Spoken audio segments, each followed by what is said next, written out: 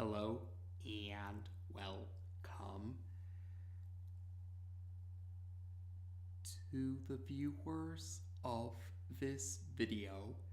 This is the Orange Fan here, bringing you another entry for the episode Recap and Thoughts category. This video will be dedicated to the A segment of episode 71 of Codename Kids Next Door, Operation Bridge. We begin this segment with number 5 meeting up with number 20,000 and his Squid Squad at the mall. Number 20,000 and his Squid Squad arrive through a submarine which emerges from one of the mall fountains. The 4 other Sector V operatives eventually arrive at the mall too. Mrs. Beatles drops them off. And when the 4 other Sector V operatives meet up with number 20,000 and his Squid Squad, number 20,000 tells them that number 5 has already entered a certain store in the mall. This store is attached to the rest of the mall through a bridge, and this store is also the main focus of their mission. Number 5 has a camera attached to her hat, and this camera is connected to a computer that the rest of the present Kids Next Door operatives are using.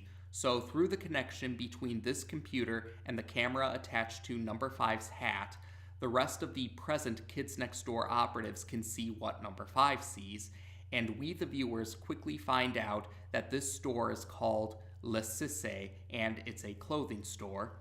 The clothes being sold in this store, however, are rather unappealing looking, to say the least. Well, the kids certainly think these clothes look unappealing. The parents, on the other hand, rather like these clothes. And number 1 reveals that the parents in town are planning to go to Sissie tomorrow because tomorrow is a back-to-school sale at Sissie. So the kids next door are planning to destroy the bridge to Sissie so that the parents won't be able to go to Sissie for the back-to-school sale, and kids will be spared from having to wear those unappealing-looking clothes. Number 5 is currently in the store to make sure that there aren't any kids in the store, and if there are still kids in the store, then she's going to evacuate them, because if the bridge is destroyed before the kids in the store are evacuated, then the kids in the store will be trapped in the store, and the only clothes they'll be able to wear are those unappealing looking clothes. Number 20,000 is very insistent about destroying the bridge right away, but number 1 has to remind number 20,000 that they can't blow up the bridge while number 5 and possibly other kids are still in the store, and he urges number 20,000 to be patient. Number 20,000 begrudgingly agrees to go along with the mission by following number 1's strategy for the time being anyway. Number 20,000 then instructs his Squid Squad to purchase some cinnamon buns, and then they modify the cinnamon buns into 2x4 technology devices called Cinnabombs. Number 1 also instructs number 2 and number 4 about helping buy number 5 some time with regards to evacuating customers from the store. So what happens next is number 2 and number 4 are impersonating mall staff members, and they're preventing more customers from entering the store. And while they're doing that, the Squid Squad are underneath the bridge, and they're attaching the Cinnabombs to the bottom of the bridge. They're underneath the bridge, and they're attaching the Cinnabombs to the bridge. The Cinnabombs are how they're going to destroy the bridge when they're ready to destroy it. Meanwhile, number 3 notices some perfume samples elsewhere, so number 3 decides to go and try out these perfume samples. Back in Sissie, number 5 is continuing to search for any possible kids that might still be in the store. And then she hears a familiar voice. She hears the voice of Father. Yes, the delightful children from down the lane and Father are shopping at Sissie right now. And Father finds an unappealing looking sailor outfit, but Father likes the sailor outfit the delightful children like the sailor outfit too. They actually plead to Father to get the sailor outfit for them. Father then mentions how they can't get both the sailor outfit and another outfit that the delightful children like. I believe Father mentions that this other outfit had suspenders with it, if I'm not mistaken. But in any case, Father is going off on a tangent about coming up with a compromise with the delightful children. And while he's talking about this compromise, Number 5 hides in a clothes rack so that Father and the delightful children won't know that she's in the store. However, Number 5 doesn't realize that someone else is also in this clothes rack. We, the viewers, don't get a clear look at who this other individual is, but this individual proceeds to knock Number 5 out. When Number 5 regains consciousness, she finds herself tied up, and she's about to be attacked by a sentient belt. Yes, a belt that acts like a snake. Fortunately, though, Number 5 is saved by another Kids Next Door operative who happens to be in this area. This other Kids Next Door operative unties Number 5, and she reveals herself to be Number 11 teen. She says that she is a member of Sector PhD, and Number 11 teen reveals to Number 5 that they're in a secret area of the store that's within the clothes rack. And Number 11 teen says that she's here in this secret area because she's studying the poorly dressed kids that are there. Number 11 teen proceeds to explain that some kids ended up wandering into this secret area of the store within the clothes rack, and we do get to meet them. These kids act rather feral-minded, and we do see that the clothes they're wearing are really unappealing looking, to say the least, or at least many will agree that the clothes they're wearing look unappealing. Number 11 teen warns Number 5 not to laugh at them, and Number 5 tries to tell Number 11 teen and these poorly dressed kids that they need to leave the store quickly. Number 11 teen, though, explains to Number 5 that the poorly dressed kids are very stubborn. They insist on staying because of a saying, there's some prophecy that the poorly dressed kids believe in, and this prophecy is good clothes come to those who wait. And Number 5 tries to explain to Number 11 teen and the poorly dressed kids that the bridge to the store is about to be destroyed, and they need to make sure that they get out of there before they're trapped in the store. But despite hearing this warning, the poorly dressed kids continue to insist on the good clothes come to those who wait saying, or they keep repeating this saying, and they refuse to leave. And we also see them. Yes, while the poorly dressed kids are saying this saying, they're also acting. It looks like they're doing some dances, or it looks like dances anyway. And Number 5 can't resist but start to laugh. Yes, Number 5 finds the dancing and the outfits to be poorly dressed, and Number 5 can't resist, and she begins to laugh. This angers the poorly dressed kids, so they capture Number 5 and Number 11 teen. They tie them up, and they're hanging them over a pit full of those belts that act like snakes. Yes, there's a pit filled with these belts acting like snakes, and the poorly dressed kids are planning to drop Number 5 and Number 11 teen into this pit.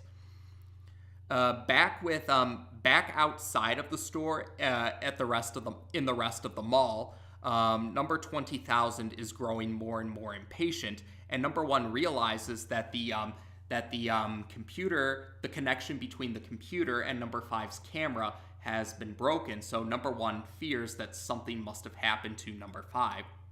So Number 1 tells Number 2 and Number 4 that they need to, Number 1 says he's going to go into the store to help Number 5, and Number 2 and Number 4 agree to help Number 1 help Number 5. But Number 20,000 is growing more and more impatient, and he wants to destroy the bridge right away. But Number 1 manages to number one points out to number 20,000 that they still have 10 minutes before the store closes, which is when they're planning to destroy the bridge after the store closes. And number one says they have 10 minutes still. So number one manages to convince number 20,000 to hold off on blowing up the bridge until the 10 minutes have passed. And number 20,000 also suggests that they bring the Squid Squad. Number 20,000 offers the help of the Squid Squad to join number one, number two, and number four. So those Kids Next Door operatives are on their way to enter the store. But number 20,000 stops one of the Squid Squad members, and he whispers something into this member of the Squid Squad's ear. We find out that number one, number two, number four, and the Squid Squad are using a tracker to find number five's location. And they do manage to find this secret area hidden within the clothes rack, and they do find number five, number 11 teen, and the poorly dressed kids. Number four immediately starts to laugh at the poorly dressed kids who are preparing to attack them. But number one shoots a warning shot. Number one shoots a warning shot to get the poorly dressed kids to stop their attack. And number one tries to keep everyone calm and number one tries to keep everyone calm into freeing number 5 and number 11 teen, and also trying to convince the poorly dressed kids that they need to leave. But the poorly dressed kids refuse to leave. They continue to act stubborn and insist that good clothes will come to those who wait. And to add to the complications, the Squid Squad begin to the Squid Squad then use their 2x4 technology weapons in order to try and force number 1, number 2, and number 4 to leave the area. Number 20,000 told them that, number 20,000 told the Squid Squad to wait a certain amount of time, and number 20,000 told his Squid Squad to get the abled kids out of the store after a certain point in time. But number 1 is still trying to, number 1 is starting to get stressed out, trying to convince the Squid Squad to be a little more patient, while also trying to hold off the poorly dressed kids who are continuing to act stubborn. But eventually, number 5 comes up with an idea after she continues to hear the poorly dressed kids chant, "Good clothes come to those who wait." Back outside of the store, on the other side of the bridge, number 20,000 is growing more and more. Number 20,000 is growing more and more insistent about activating the destruction of the bridge. It's getting closer to closing time, so number 20,000 is preparing to destroy the bridge. But number 3 has returned from looking over the trying those perfume samples. Number 3 returns from trying those perfume samples, and she stops number 20,000 when she points out that the kids are leaving the store right now. But we see that the 4 other Sector V operatives and number 11 teen are wearing the unappealing looking clothes now. The poorly dressed kids are now wearing the 4 other Sector V operatives' outfits and number 11 teen's outfit. So number 5's idea was to give the poorly dressed kids their outfits in order to convince them to finally leave the store. The 4 other Sector V operatives, number 11 teen, the Squid Squad, and the poorly dressed kids all managed to leave the store, and they make it to the other side. So when the bridge blows up, no one's left trapped in the store. Everyone made it out of the store just fine and dandy. Number 4 then, so after the bridge has been destroyed, number 4 demands that the poorly dressed kids return their outfits. But instead, the poorly dressed kids actually just keep the outfits, and then they jump into the they jump into the submarine that number 20,000 and the Squid Squad arrived in, and then they escape. Number 20,000 is in despair over the submarine being taken, while other customers in the mall see the 4 other Sector V operatives and number 11 teen in the unappealing looking clothes, and they start to make fun of those operatives for wearing those unappealing clothes. And that's how we end this segment. So this segment, features another example of Codename Kids Next Door's usual tendency to take a mundane situation and present it in an over-the-top manner. In this case, the mundane situation being brought or being presented into an over-the-top manner is the idea of parents picking embarrassing clothes for their kids to wear. And we see that it's taken to a dramatic extreme where the kids next door are willing to blow up a bridge that attaches an embarrassing clothes store to the rest of the mall. That's how desperate they are to get rid of those embarrassing clothes. And yes, I'm sure that there are some people who will recall when they were kids and saying that their parents might have picked embarrassing outfits for them to wear. I was certainly fortunate. When I was a kid, I wasn't really made to wear embarrassing outfits myself. I was able to really pick my own outfits, and I thought they were pretty reasonable outfits. So, no one ever complained about the outfits, or no one ever mocked the outfits I wore. So I feel like I lucked out in that department, but I'm sure that there are some individuals out there who might not have felt as lucky when they were kids. But otherwise, besides that mundane situation being presented in an over-the-top manner, we also get the return of number 20,000. And number 20, like in Operation Outbreak, number 20,000 is presented to be an extremist among the Kids Next Door operatives. He's one of the more extreme members of the Kids Next Door organization. You could say he's definitely, while he is on the side of the heroes, on the side of the rest of the Kids Next Door, he is still willing to take more extreme measures compared to the rest of the organization. Or number 20,000 is much more impatient compared to some of the other Kids Next Door operatives.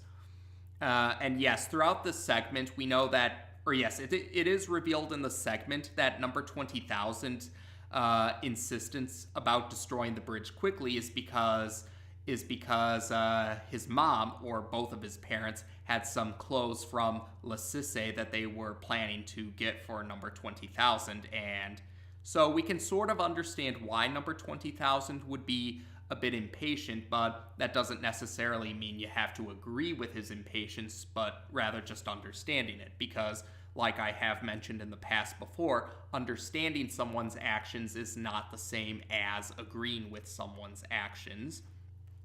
And we do see that number 1 in particular, but the rest of the Sector V operatives, the Sector V operatives overall, number 1 being the most vocal, were much more patient and had to keep reminding number 20,000 to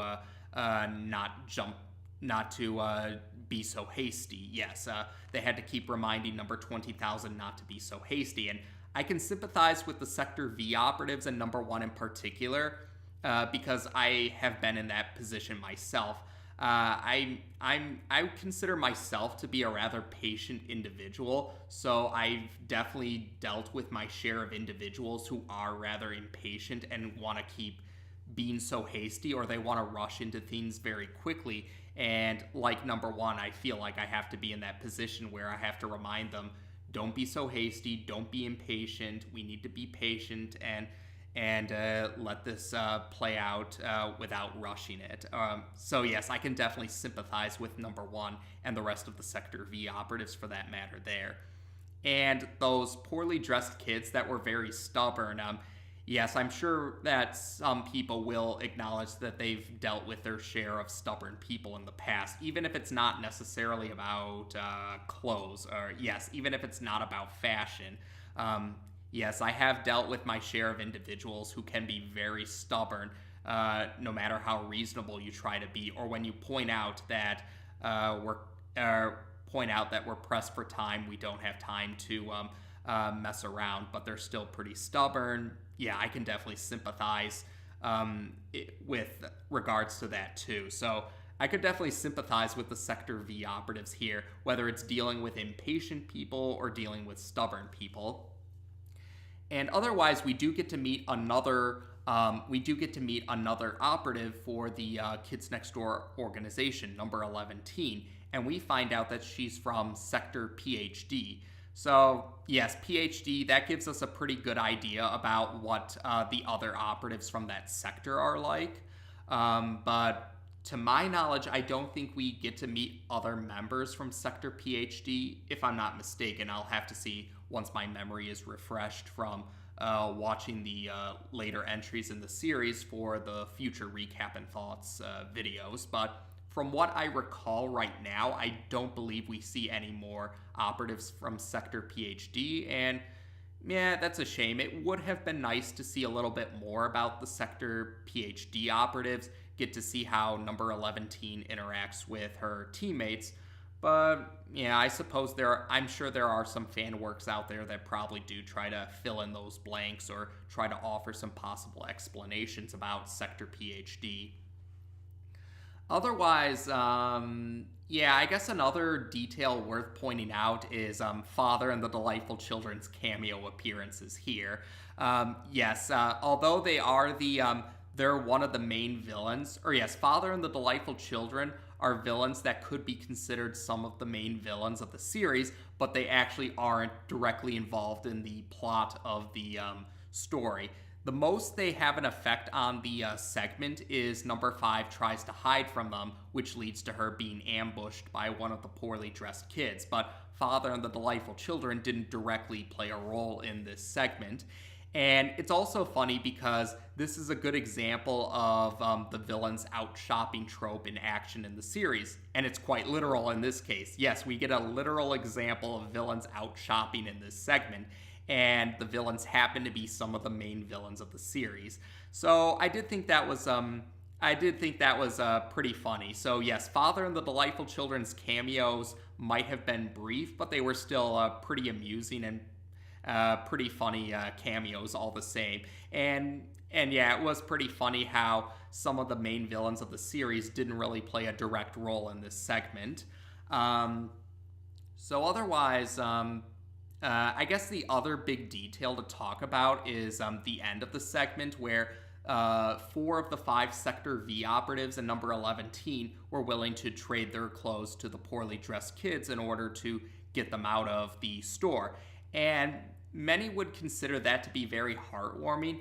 And though there was also a point that some fans didn't like, yes, some fans thought that the poorly dressed kids acted like ungrateful jerks for just running off with their clothes and then they escaped through the submarine. So some people thought it was funny, but I do know some viewers thought that the poorly dressed kids acted like ungrateful jerks. And then there were some of those customers in the mall that were making fun of the 4 of the 5 Sector V operatives and number 11 for those poorly dressed outfits. Again, some fans thought it was funny, but other fans thought that it was kind of mean-spirited. And so, yeah, that's probably something so the ending of this segment is considered a bit of a sore spot or a sour point of the segment for some viewers. For me, it wasn't enough to ruin the entire segment for me, but yeah, it wasn't really something I was the biggest fan of. But again, it doesn't really ruin the entire segment for me. It's just kind of like, that was kind of maybe not the best way to end the segment, I thought. But again, it wasn't really, I didn't think it was I do think that there were much worse mean-spirited situations elsewhere. So I didn't mind it too much, but I do agree with some fans that I didn't really find it, I